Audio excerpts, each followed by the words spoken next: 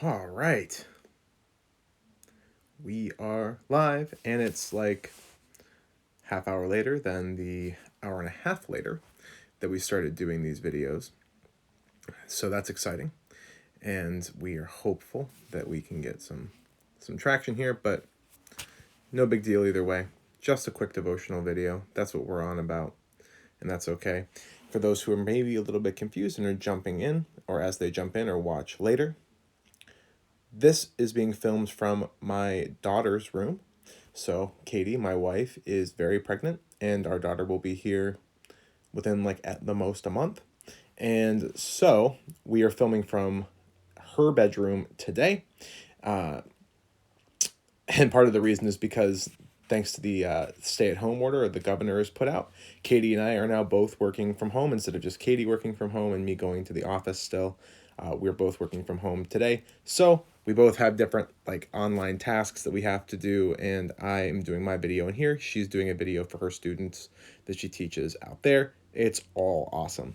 So we are scaling down the frequency of these devotional videos just because, again, there's with everyone trying to do some of these things, I think sometimes it can be a lot of just stuff coming at you, and we don't necessarily want to just be white noise. So I'll do fewer of these, but again, just spend some time leading you guys in a devotional thought that stuck out to me as I was in my personal devotion and Bible reading.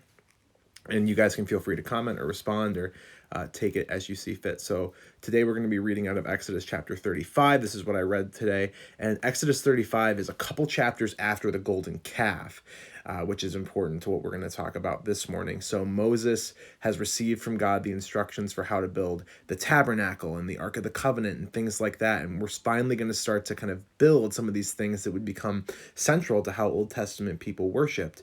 And so in Exodus 35, verses 20 and following, we're going to read this.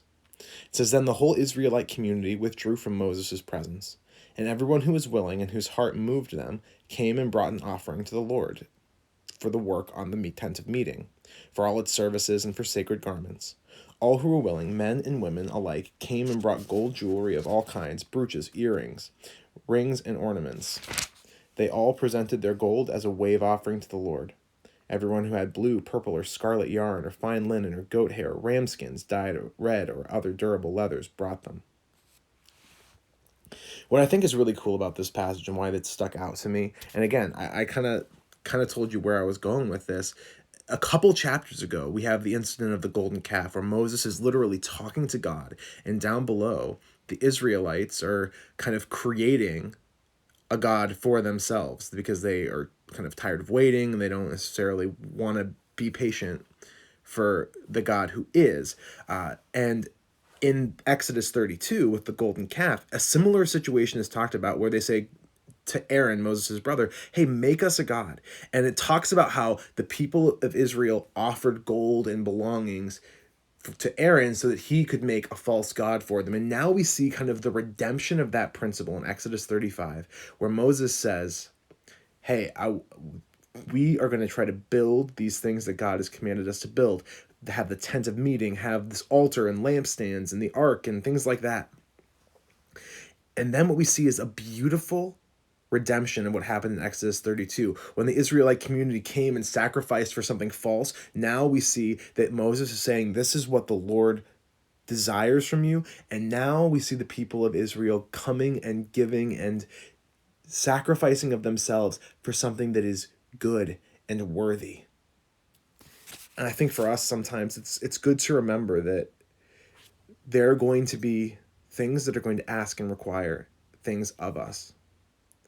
Are we going to give what we have, the things that we have? And I know for many of us, we probably don't feel like we have a whole lot, right? Like it's just, we're just sitting at home. Maybe we're doing homework. Maybe we're just bored out of our brains. We don't feel like we have all that much to offer. But we do. We have our time. We have our intellect. We have our hearts, how we love and relate to people. Are we going to invest and use that in negative ways, or can we offer and give that to God even in this season? That would be my hope for you to think about and to meditate on today. Hey, we are going to try to have our life groups happen tomorrow. If you want more information about that, you can DM me or text me or email me, however you have to get in contact with me. We're going to try to do life groups And for life groups, we want you guys to be going over to the Ogden Students YouTube first and watching the large group teaching videos that are posted there from middle school and high school. And then we'll talk about them in groups. So excited about that. We will see you guys later. Thank you for tuning in and watching. And again, not every day we'll post these, but we'll see you again soon. All right. Bye-bye.